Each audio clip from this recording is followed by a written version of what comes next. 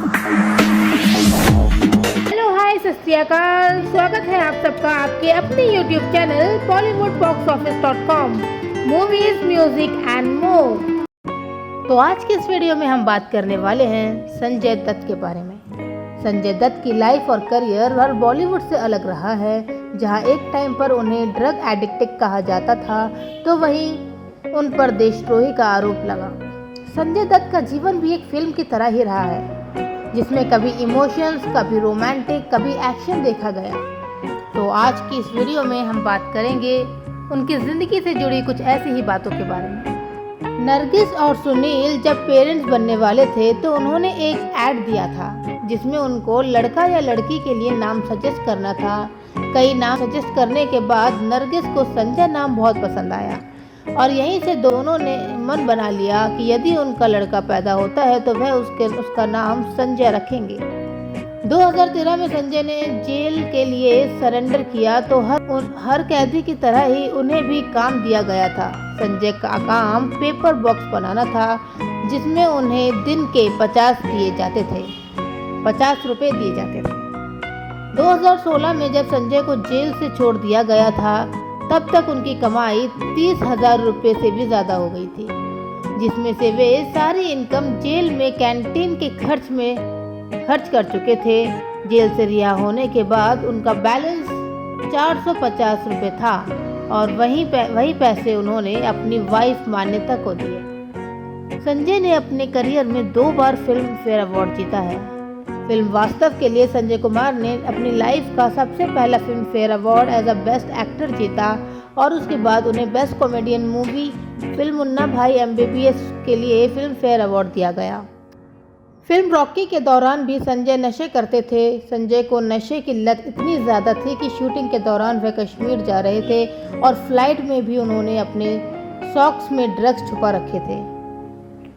संजय ने कहीं इंटरव्यू में खुद ही बताया था कि अपने करियर की शुरुआती फिल्म के दौरान वह शूट पर भी नशे में हुआ करते थे। संजय ने पहली बार सिगरेट अपने 9 साल की उम्र में पिया था। वह अपने फादर और दोस्त के लाइफ लाइन से इम्प्रेस हो जाते थे क्योंकि घर पर जब सुनील अपने दोस्तों के साथ बैठते थे तब सिगरेट पीते नजर आते थे। तो एक दिन संजय ने एक पड़ी हुई आधी जली सिगरेट को पीना शुरू कर दिया। ऐसे करते करते संजय दत्त ने कई बार सिगरेट शुरू कर दी और जब उनके पिता सुनील को इस बारे में पता चल गया तो वे बहुत नाराज़ हो गए। उनका मानना था कि संजू को घर में बहुत लाड प्यार किया जाता है, जिसकी वजह से वे पूरी तरह बिगड़ चुके हैं। संजय को बिगड़ते देखकर सुनील ने संजय को बोर्डिंग स्कूल में डालने का मन बना लिया था। यह एडवाइस उन्हें इंदिरा गांधी ने भी दी थी क्योंकि उन दिनों सुनील कांग्रेस के एक्टिव मेंबर थे। जब उन्होंने संजू के बारे में इंदिरा गांधी को बताया तो इंदिरा ने संजीव को बोर्डिंग स्कूल में भेजने का सुझाव दिया। तब उसके बाद संजय को बोर्डिंग स्कूल में भेज दिया गया और अगले 9 साल संजू ने वहीं बिताए। स्कूल खत्म होने के बाद जब संजू को कॉलेज जाने की बारी आई तो संजू को ग्रेजुएशन करने का मन बिल्कुल भी नहीं था, पर सुनील का कहना था कि तुम लाइफ में जो कुछ भी करो पर तुम्हारा ग्रेजुएट होना बहुत ज़रूरी है। फिर संजू का एडमिशन मुंबई के एल्फिंस्टोन में कराया गया।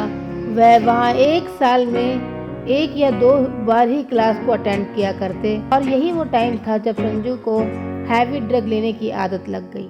संजय ने कॉलेज के दिनों में ही मन बना लिया था कि एक्टर बनना चाहते हैं क्योंकि उन्हें लगता था कि वह एक ईजी काम है।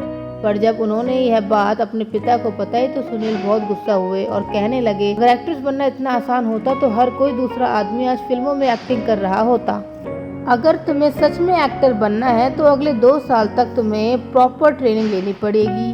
संजय इस बात पर ज़्यादा आर्ग्यूमेंट नहीं किया और झट से हाँ कर दी। संजय की पहली फिल्म रॉकी के दौरान ही नरगिस का कैंसर बहुत ही सीरियस स्टेज पर था, पर उनकी दिली ख्वाहिश थी कैसे भी करके वे संजू की फिल्म को बिग स्क्रीन पर देखें। पर 3 मई यानी रॉकी की फिल्म रिलीज होने से 5 दिन पहले ही संजय की माता का देहांत हो गया। नरगिस उन्हें छोड़कर चली गई और 8 मई को रॉकी फिल्म रिलीज हुई तो संजय ने थिएटर की एक सीट अपनी मां के लिए खाली रखी। फिल्म रॉकी के ऑर्डर शूटिंग के दौरान टीना मुनीम को एक आदमी छेड़ने लगा तो संजय ने उसे पब्लिक में ही मारना शुरू कर दिया। यह बात खुद इंटरव्यू में संजय ने बताई थी।